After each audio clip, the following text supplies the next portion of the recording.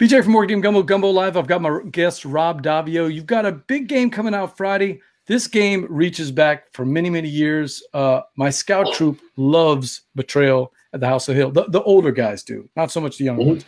But the older guys love playing this. They play at our local conventions. They play at our game nights. But I'm curious. We're talking Betrayal Legacy, of course. I'm curious. Rob, what was the genesis behind turning this into a legacy game? They asked me.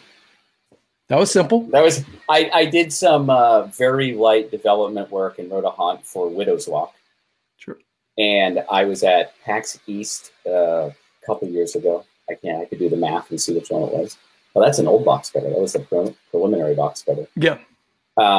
And started talking with Shelley Mazanoble, who's the brand manager over at Wizards of the Coast, and she didn't know that I had worked on the original game. My name had sort of been scrubbed from the second edition rulebook. I don't think maliciously. And when I started talking about what I had done and things like that, she didn't say anything. And then that was April and July of that year. I guess it was 2016. She just sent an email and said, would you be interested in doing a legacy version? And the thing about Betrayal at House on the Hill, and I know why some people dislike it so much. And I also know why people love it. Like it's a role-playing game in a box with all of the sort of joy that comes out of role-playing games and all the warts that come out of role-playing games. Out of all the games I've worked on, it is the only game that I will play and even ask to play of my own games. Other times people say, will you play this? I'm like, oh, sure. Or decline. But Betrayal, I'm like, hey, you guys want to play Betrayal? Which always surprises people. Now, I didn't come up with the original idea. That was the inventor, Dr. Bruce Glasgow, and the final development was done at Wizards of the Coast, mostly with Mike Selinker, but I did a big chunk of design and development in the middle. And always had a soft spot. And so I just jumped at a chance with Betrayal Legacy. I'm very proud of it. And I think if you like Betrayal, you will love this. And if you kind of like Betrayal, you'll like it. You'll like Legacy. And if you absolutely hate Betrayal, you'll probably say, I still don't like it. Because I didn't want to radically go in and change the system or the core engine or some of the things. It's what people like about it. So try to kind of contain some of the random swinginess and try to give more meaning to what happens before the haunt, and tried to shave off some of the real crazy, weird edges, but wanted it to still feel like Betrayal. If anybody out there is interested in the development of the original, because we're going to be talking about Betrayal Legacy tonight, but you did a podcast interview with Tom Vassell so many moons ago when he had the old, what was it called? Board Games University, I think is what it was called. And you kind of talked about how it was a tough road to hoe to get that game all the way through from development into actual production. But Jay's got an excellent question. If anybody wants to listen to it, it's still out there in podcast land.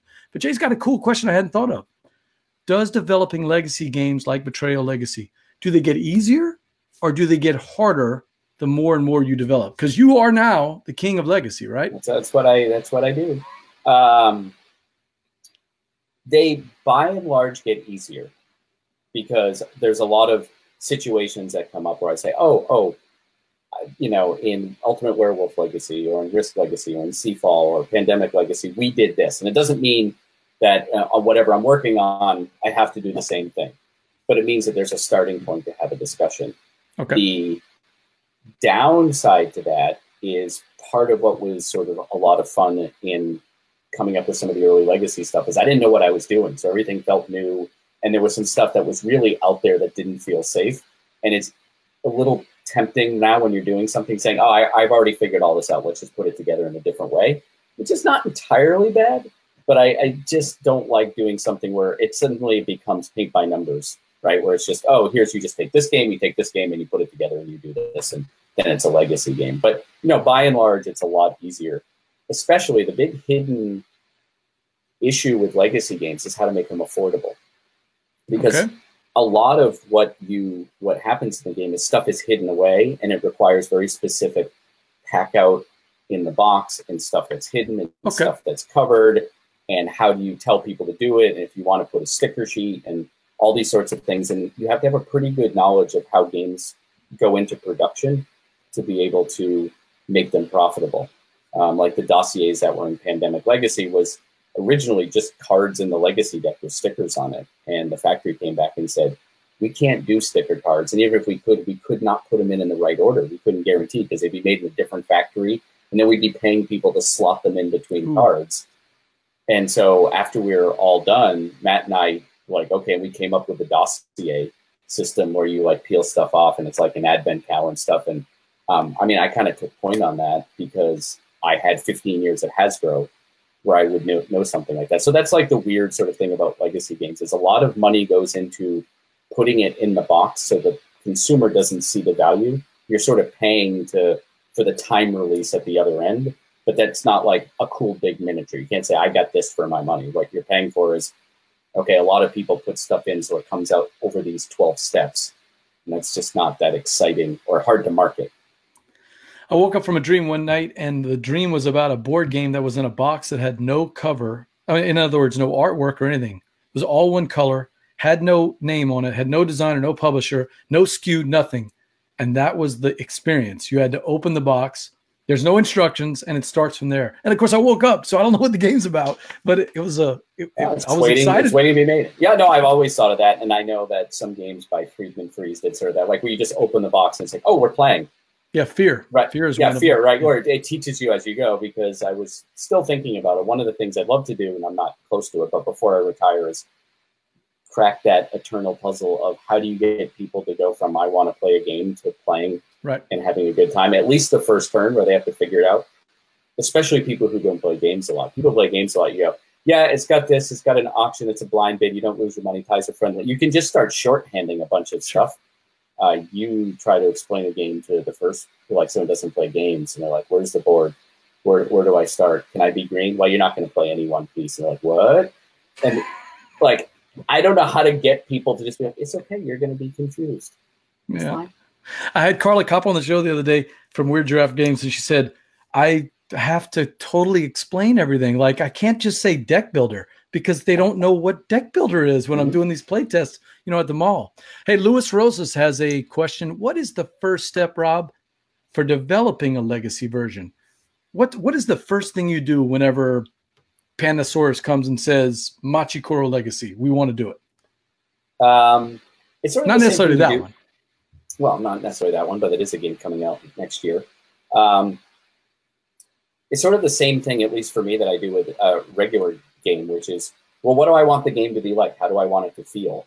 Like, what's the ending? You know, what do you do on a turn? How does it end? And in the case of a legacy game, is there a story? Is it a tightly scripted story? How much control do the players have? What are some tricks or tips that would surprise people? What do we like about, in the case of a legacy game, where I'm putting it to an established brand, I play the brand like, well, what do I want more of? What's the part that feels like it could be added to? Like, does this need a market to make it more robust? Does this need a more evolved combat system? Does this need more cards, more factions? Like, where does this go? If you start with the base game, what story do you want to tell, and what do you want to add in mechanically to get there? But that's sort of the same thing with any game.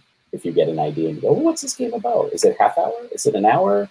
Is it cutthroat? You're just really asking a lot of questions, at least I do, of what I want the experience to be like. Like, do I want people to leave mad? Do I want them laughing? That sort of thing. BJ from Board Game Gumbo Live. I've got my guest, Rob Daviau, and we're talking Betrayal Legacy coming out this Friday. Is that right? Street date? It is coming out. Street date is this Friday. There's cartons of them in my living room if anyone wants to swing by.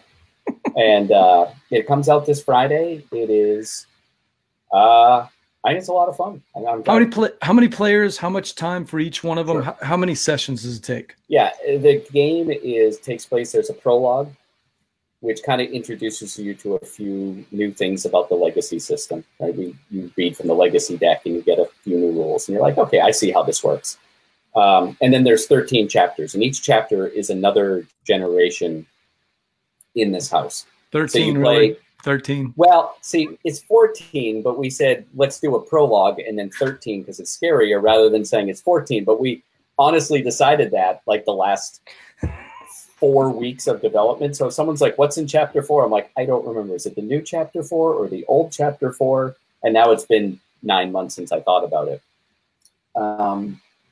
You play the members of a family. So you would be like, I'm the Green family. And then all your descendants and those cardboard things that are on the screen, if they were turned over, you would see the name and the age and the fate of all those people, because it's betrayal and it's a horror thing. So most of the time your fate is some ghastly end, although occasionally you'll live through it. and then you can write something for your fate, like, vanquish the demon.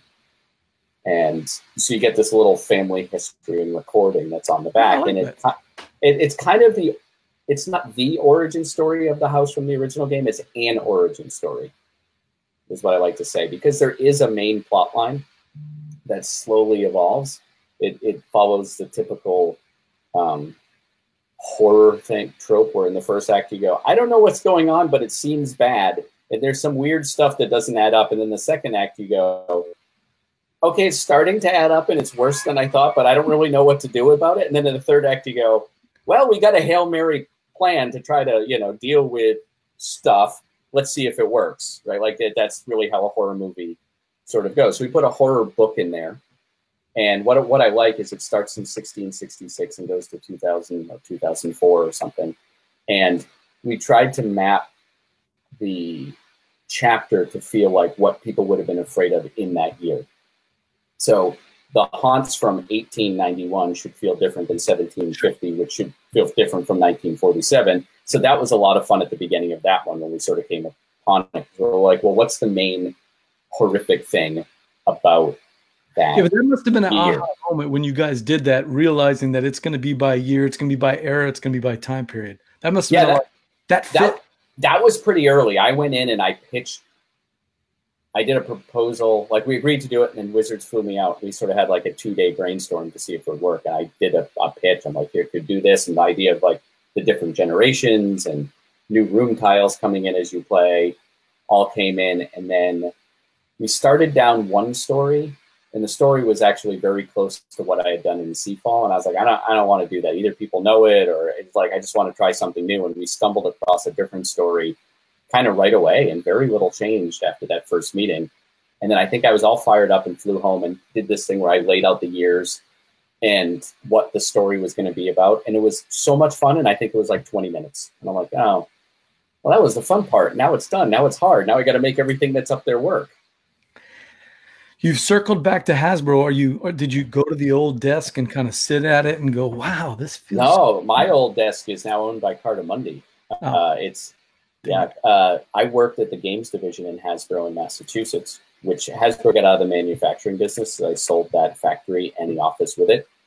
The game people are now down in Rhode Island, which I couldn't move because of family obligations. Wizards of the Coast is in Seattle. Sure. So I'm still working for Hasbro, or doing work for Hasbro, but 3,000 miles from where I used to. So I got BJ from Board Game Gumbo Live here. I've got Rob Daviau, and I've got a screen of Betrayal Legacy with all of the components. Rob, you know that one of the problems with Betrayal were those little clips on the life token. Those are fixed. Yeah, those are fixed. I saw them on social media, but tell me, how did you guys fix it? I don't know. They fixed them for Betrayal at Baldur's Gate. Because I think one of the things I said at the beginning is, okay, we got to get rid of the clips. We have to do something different. And they're like, no, we fixed them. And then they had the clips, and I went, oh, we fixed them. Okay. And they don't fall off, and they. And this is where you talk about board games are really a game of pennies. And so if I was going to put my foot down, be like, we need all new clips, and here's why. And they're like, okay, well, it's $20,000 in tooling, and we don't get the discount from using the other clips. So what 15 cards or one miniature do you want to take out? You go, well, if the clips work, I'd rather, if you're giving me a budget, I'd rather go and spend it, over here to try to add, more pages here or more cards or something cooler in this case. Hey, Jay's got another question for you. Do all characters on different generations follow a single archetype? Like all Red family members strong like Ox Bellows or fast like Flash Williams? They are all strong like Ox Bellows, but not nearly that strong. One of the things we did is we softened the variety of stats on the different characters. Like no character ever goes down to 1 die.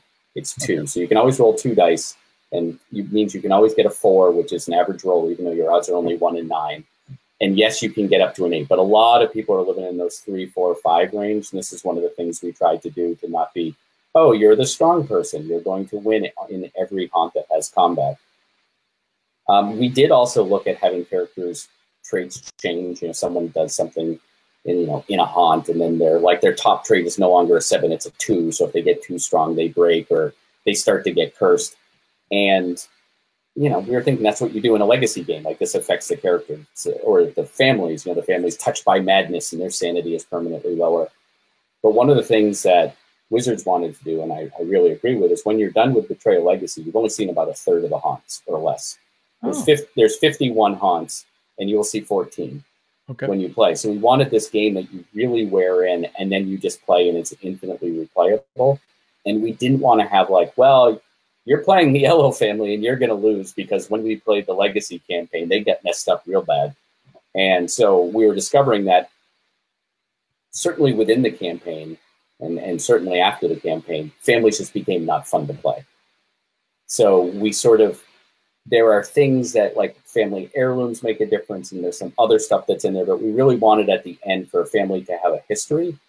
But the main character that changes is the house more than you. That's the main character, and all of the families in it are sort of working with it or bouncing off the house. So that the house will change quite a bit. You will change very little, and that's for basically it just got out of whack. It was just not fun to play when the characters got overly strong or overly weak. Did you do all the writing for the 51 stories, or is it like the Widow's Walk where you brought in some guest writers? We had guest writers. There was a couple people inside Wizards of the Coast, either contractors or people there, who helped with a lot more mechanical and plotting stuff at the beginning. And then there was a haunt team of 2 or 3 people that I spent a lot of hands-on time with. And then there's another woman that I know who I brought in to sort of help edit or punch up the writing at the end, because all my writing sounds like I wrote it. Like, you played Seafall and you played Pandemic, right? It was Rob again. So I wanted someone else to kind of just make it sound different. But, there was about 3.5 of us who wrote all 51 haunts. Now, you've answered this question many times, but got to ask you again. That'll be about 150 different stories. These new 51 stories, though, are there any Easter eggs or callbacks to some of the 100 or so haunts that we've seen in the other games? Hundreds of Easter eggs, both the literature and House on the Hill, like the cards, the haunts. There's haunts are there squirrels? There are no squirrels. This was written, a lot of it, before Widow's Walk. Okay. I think it had just come out, but we'd already started. So it's mostly an homage to the base game. Okay. And occasionally we would tackle things from Widow's Walk. But we did prequels to haunts. A haunt that you play in the main game, which is in modern time. You kind of get an understanding of how that might happen, because you might run into a haunt from 1820 that explains the haunt from the base game. We make references to literature, characters, cards, all sorts of things. So fans of the old games are going to be pleased with the familiarity and the new stuff coming in. Yeah, it is a little bit of a love letter to the original game. Like, we tried to cram as many sort of Easter eggs in there, and I kind of regret that I never went through and sort of wrote them all down. But I couldn't find an answer that satisfied me, so I'm going to ask you straight out. Can people jump in and out? Yeah. Okay. Yeah, it plays 3 to 5 players. The original game is 3 to 6, and I know some people are disappointed. But again, in order to try to get this a little more balanced, you can play it with 4 and then say +1, -1, and that was easier for us to test than 3 players and 6. It's just a huge swing. Plays 3 to 5, very little difference in terms of like players being underpowered or overpowered compared to other legacy games. There is a plot. Like, if it's just totally new people each time, you'll start getting halfway through and go, what is going on? Right? Because we do kind of like have this emergent plot. And so it'd be like if every 20 minutes, 3 different people walked into a movie, it would be hard to understand the movie. Sure. But it's just narratively. But yeah, no, drop in, drop out. If I did my job right, and I know it's Betrayal, so some stuff won't quite work, but they should be balanced for all the player counts and should work out. PJ from Board Game Gumbo got my guest Rob Daviau with Betrayal Legacy coming out on Friday. Street date Friday, should be available at all FLGSs everywhere, right? Yeah, I've been seeing on Twitter a lot of. I got a little saved search. And a lot of game stores are like, coming in this week, arriving this week, come get it, pre-ordered. Like, it's starting to come out. I bet some will be